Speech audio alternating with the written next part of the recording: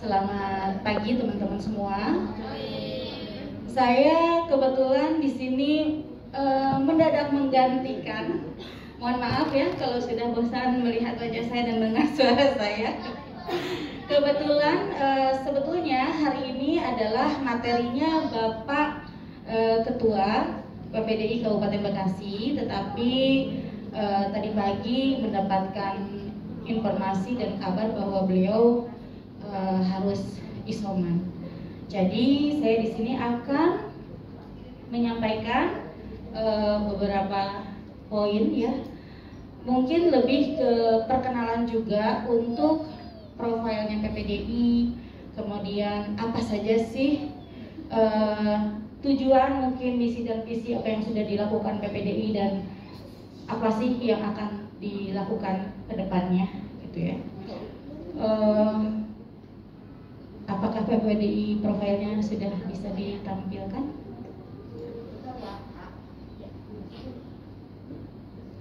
Saya mungkin sedikit bercerita juga di sini.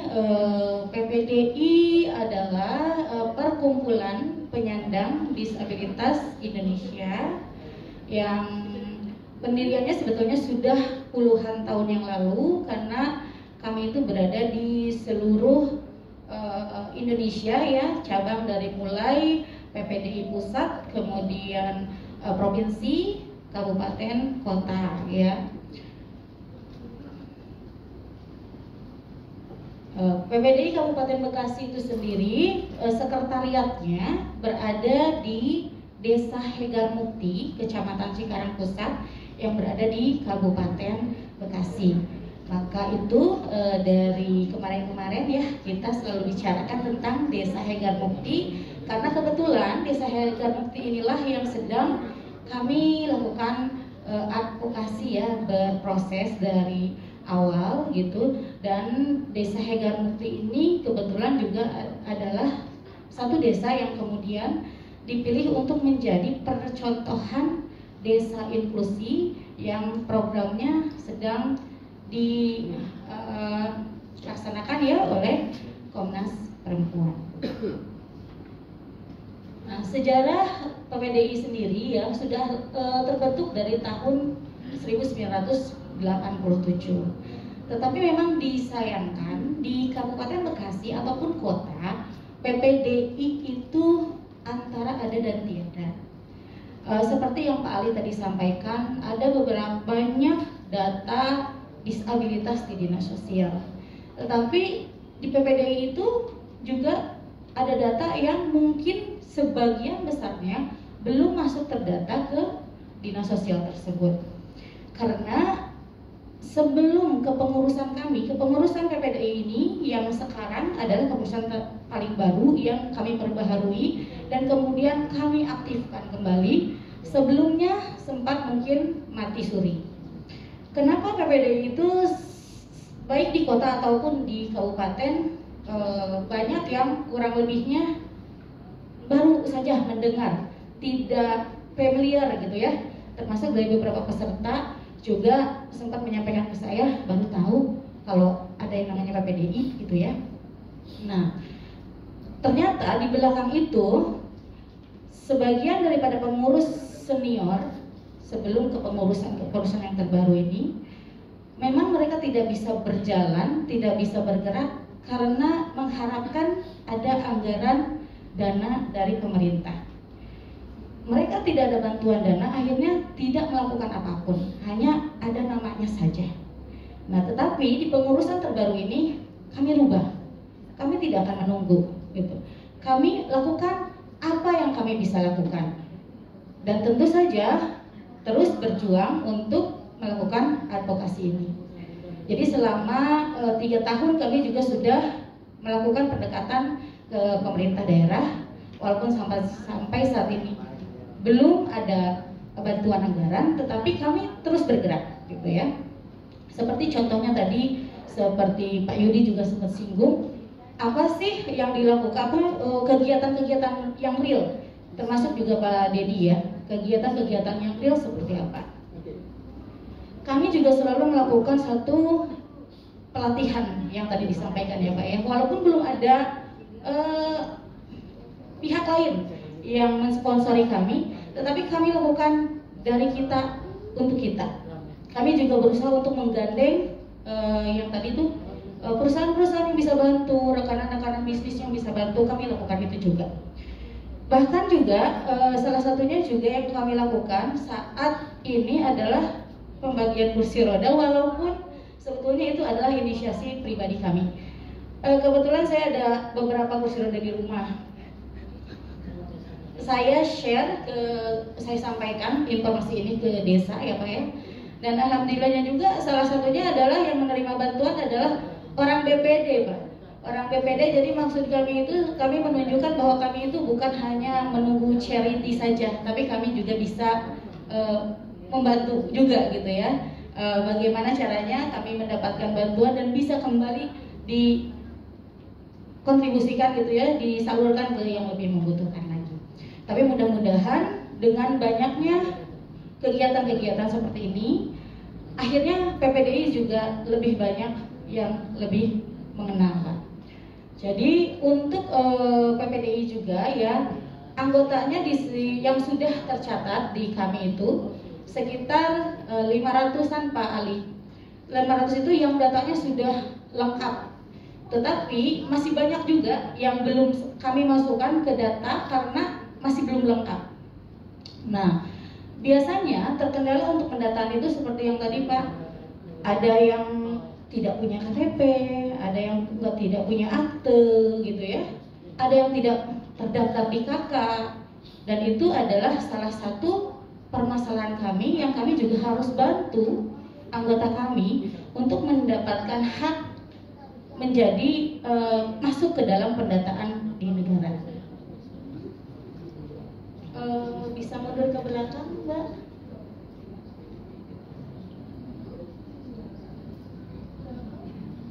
Yang tadi dari mulai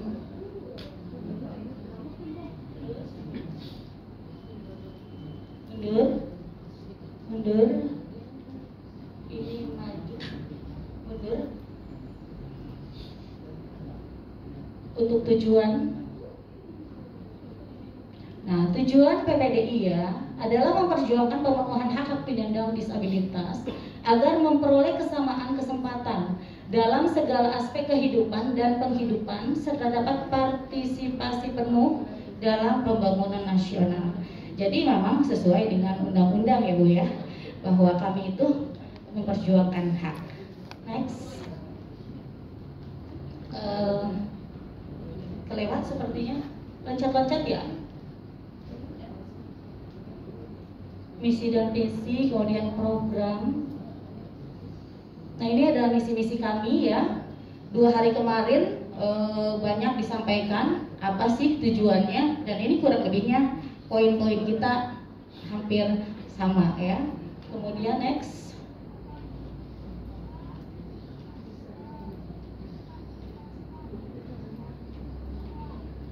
Boleh di sini dulu. PPDI Bekasi itu, PPDI maksudnya adalah organisasi yang menaungi beberapa organisasi lainnya, ya seperti Pak Ali tadi bilang ya, ada disabilitas netra, ada disabilitas rungu atau tuli, itu semua di naungan PPDI. Jadi PPDI itu di bawahnya ada Gerkatin ya untuk tuli, kemudian ada Pertuni untuk netra, kemudian ada HWDI ya. Jadi itu semua di dalam naungan PPDI. Nah, kalau di Kota Bekasi sendiri yang bergerak itu untuk saat ini HWDI ya. HWDI juga sebetulnya harusnya ada di bawah naungan PPDI, tapi kebetulan di Kabupaten Bekasi HWDI itu belum ada. Jadi masih kami bergerak di PPDI secara fokus. Nah, kegiatan ini yang saya akan sampaikan juga tadi di Kabupaten Bekasi, di PPDI khususnya ya, yang terjadi, yang kami lakukan adalah advokasi, konseling, penguatan mental, dan peningkatan skill keterampilan. Ini lebih banyak di pelatihan-pelatihan ya yang kami lakukan untuk meningkatkan kemampuan si disabilitas itu sendiri untuk kemudian menjadi disabilitas yang mandiri dan berdaya.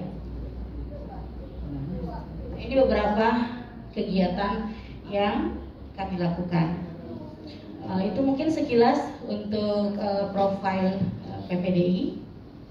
Selanjutnya yang tadi sudah saya sampaikan juga apa saja yang dilakukan PPDI itu.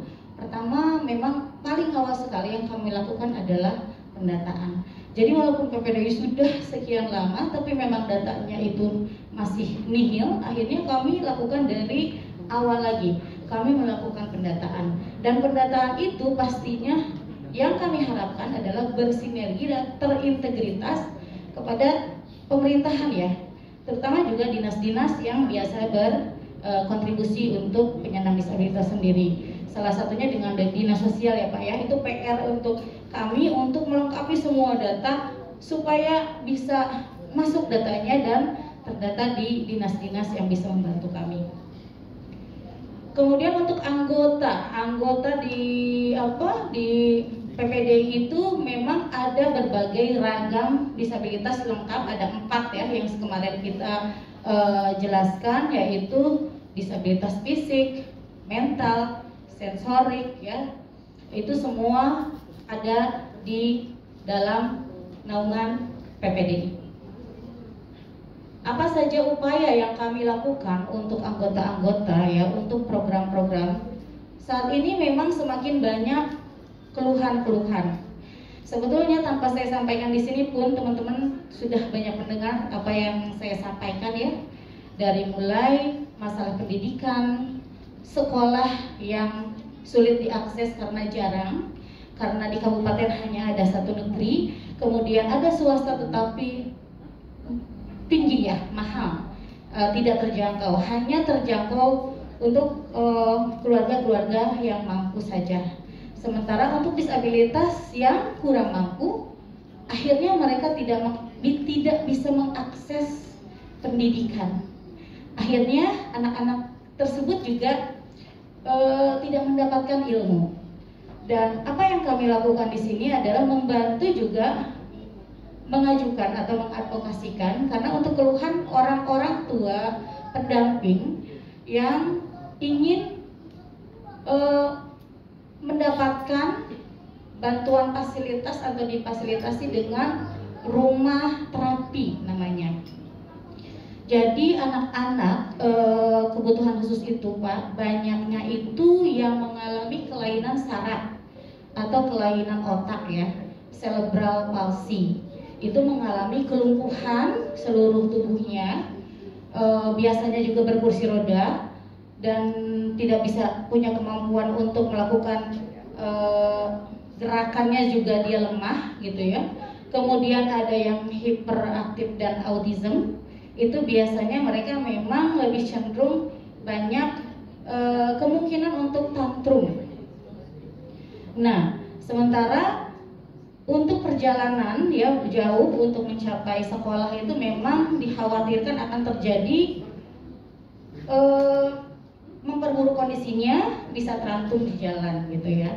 Jadi teman-teman pendamping orang tua, khususnya orang tua yang mempunyai anak-anak kebutuhan khusus itu mengharapkan pemerintah membuka sebuah rumah terapi di mana rumah tersebut bisa dimanfaatkan untuk mereka untuk misalnya bertemu terapis-terapis tanpa harus berangkat jauh akses ke sekolah yang dituju itu. Mungkin ada jadwal-jadwal tertentu ya, itu yang banyak masuk ke kami dari orang tua yang memiliki anak kebutuhan khusus, dan khususnya juga masalah konseling yang memang apabila mental orang tua yang punya anak kebutuhan khusus itu lemah, memang banyak sekali terjadi akhirnya perceraian. Dan si ibu yang ditinggalkan bersama anak berkebutuhan khusus itu menjadi mempunyai beban yang jauh lebih berat. Dan itu yang kami ingin hindari juga. Kami ingin bantu kurangi juga bagaimana caranya, yaitu dengan program konseling dan menyiapkan terapis untuk orang tua pendamping. Kemudian untuk masalah kasus kekerasan seksual di Kabupaten Bekasi, untuk PPDI sendiri memang belum pernah mendampingi secara khusus, tetapi kalau untuk informasi dari rekan-rekan ya, pernah terjadi beberapa ya di Kabupaten Bekasi, dan itu hanya sebatas konseling saja. Karena kebetulan kemarin saya diminta untuk menyebutkan atau menyampaikan apakah ada pendampingan kekerasan seksual di Kabupaten Bekasi oleh PPDI. Untuk saat ini belum ada. Selanjutnya lagi untuk jaringan dengan PPDI Kota. PPDI kebetulan di sini beberapa rekan-rekan dari kota ya. PPDI Kota itu sebetulnya lebih kurangnya masih belum begitu aktif. Karena kami ada dalam naungan organisasi PPDI seprovinsi Jawa Barat.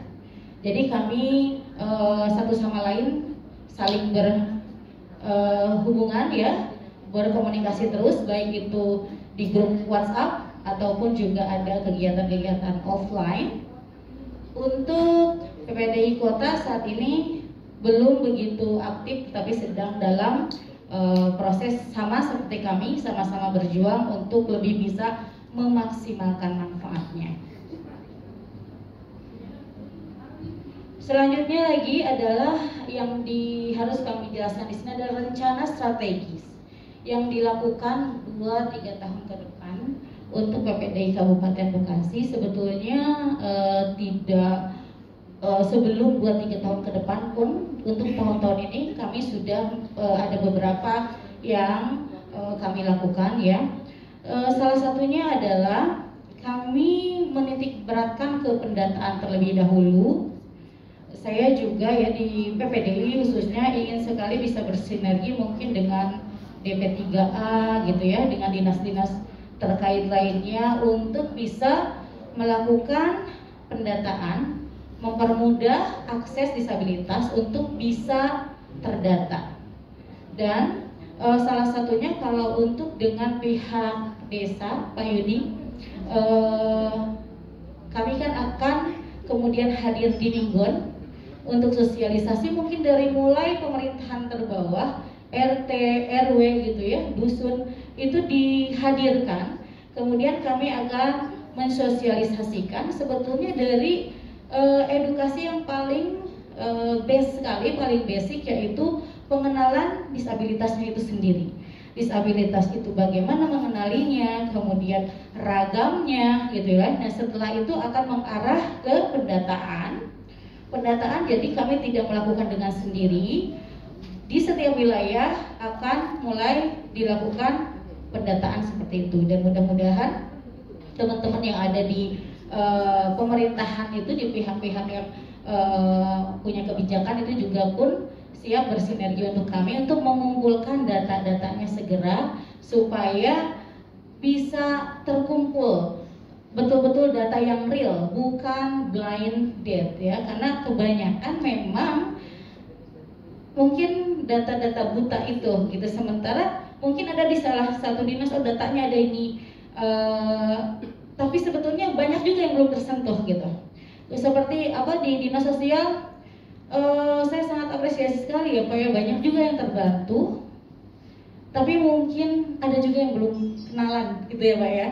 Masih ada banyak yang belum mendapatkan bantuan dan belum tersentuh, dan mudah-mudahan dengan adanya PPDI kami bisa menjadi jembatan, bisa menyampaikan data yang memang disabilitas yang sangat membutuhkan bantuan dan uluran tangan bisa masuk ke dalam datanya, misal dinas sosial.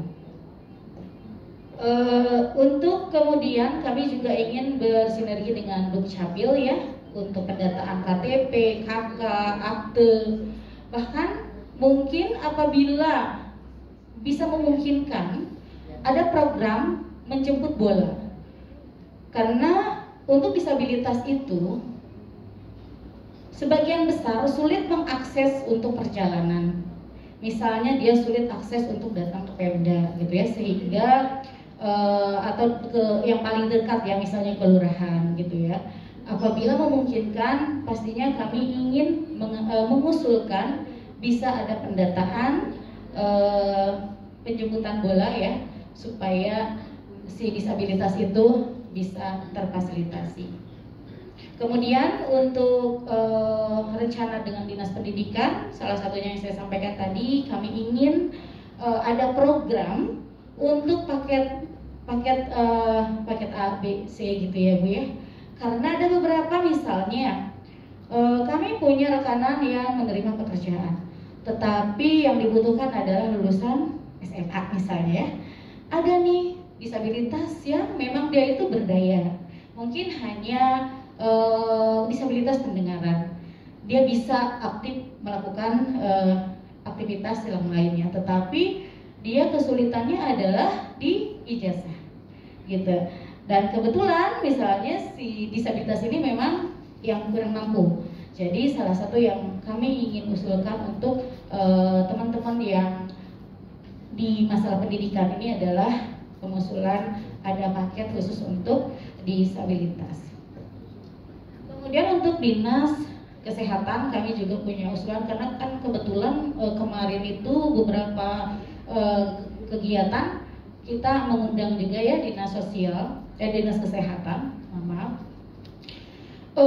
Karena di disabilitas itu beragam kondisinya, ada kondisi yang ringan, ada kondisi yang berat. Kondisi yang berat itu bisa jadi sampai tidak sama sekali bisa bergerak tanpa bantuan orang lain, bahkan untuk sekedar ke toilet pun dia nggak bisa gitu ya. Dan ada juga yang sebetulnya kami itu ada sebagian kalau yang fisik ya memerlukan obat-obatan secara kontinu. Begitupun anak-anak ya, anak-anak yang CP, seperti saya juga paraplegi ya, kerusakan saraf, itu membutuhkan obat secara kontinu untuk penghilang rasa sakit, yaitu painkiller. Dan painkiller itu biasanya harganya cukup tinggi. Apabila disabilitas itu masih mampu membeli, mungkin itu masih tidak terlalu bermasalah, tapi tidak sedikit juga yang orang tuanya, keluarganya tidak mampu, sehingga di saat kesakitan mereka membutuhkan obat tersebut. Lanjut lagi untuk disabilitas yang masih di kesehatan ya, Dinas Kesehatan, kami juga mengajukan kalau memang memungkinkan ada bantuan seperti Pampers kalau untuk yang disabilitas berat. Pampers itu harganya cukup tinggi juga untuk keluarga yang kurang mampu, dan bisa dibayangkan apabila kebutuhan Pampers itu tidak terpenuhi ya, sementara keluarganya itu tidak mampu, bagaimana kondisinya gitu ya. Dan itu tuh sebetulnya di PPDI sendiri itu masuk ke program, ingin sekali ada yang bisa membantu hal tersebut, tetapi kami juga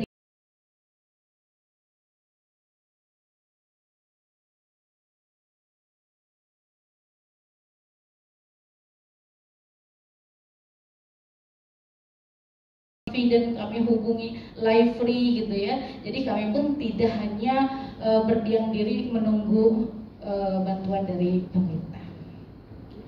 Lanjut lagi kemudian ke Dinas Sosial, karena ini masih terkait apa aja rencana yang kami ingin lakukan ya Pak.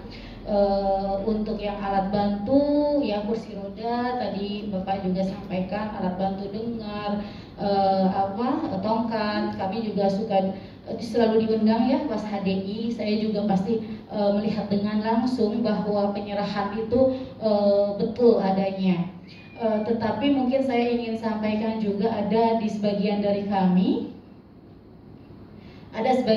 kami yang belum mendapatkan hal itu, dan mudah-mudahan nanti saya bisa melaporkan datanya ya Pak ke Bapak. Mudah-mudahan tahun berikutnya mungkin bisa mendapatkan bagian. Waktunya ternyata sudah habis. Ada beberapa nih mungkin DP 3A ya, kebetulan ada Pak Jerry ya. Nanti untuk sosialisasi ya Pak ya, seperti yang tadi kemarin sosialisasi tentang kekerasan seksual itu Pak, kalau bisa kita bersinergi untuk bisa membuat sebuah kegiatan mengundang disabilitas atau kita yang menghampiri mereka untuk memberikan edukasi bagaimana sih untuk pencegahan kekerasan seksual. Jadi supaya tidak terjadi, supaya mereka juga lebih siap gitu ya. Tidak menunggu sampai terjadi dulu baru kita mencari solusi, tapi mudah-mudahan pencegahan itu bisa dilakukan oleh kita. Ya, ada beberapa sebetulnya untuk dinas tenaga kerja juga untuk pelatihan, untuk pendampingan ya, untuk wirausaha itu juga kami sedang lakukan pendekatannya. Kemudian untuk dinas perhubungan transportasi yang akses, tata kota aksesibel untuk jalan dan lain-lain ya. Mudah-mudahan semua bisa terrealisasi, apalagi dengan ada kegiatan ini kami sangat terbantu, terarah, terpola. Bagaimana kami melangkah yang tepat, apa yang harus kami lakukan. Ini kami betul-betul sangat berterima kasih atas banyak pihak yang melakukan kegiatan ini. Kami banyak dibekali yang insya Allah target-target atau pencapaian yang kami inginkan itu bisa cepat terrealisasi dengan jalan yang tepat, jalur yang tepat, langkah yang tepat atas arahan dari teman-teman di sini, khususnya dari perempuan dan Komnas Perempuan. Terima kasih, mungkin itu saja yang saya sampaikan. Assalamualaikum warahmatullahi wabarakatuh.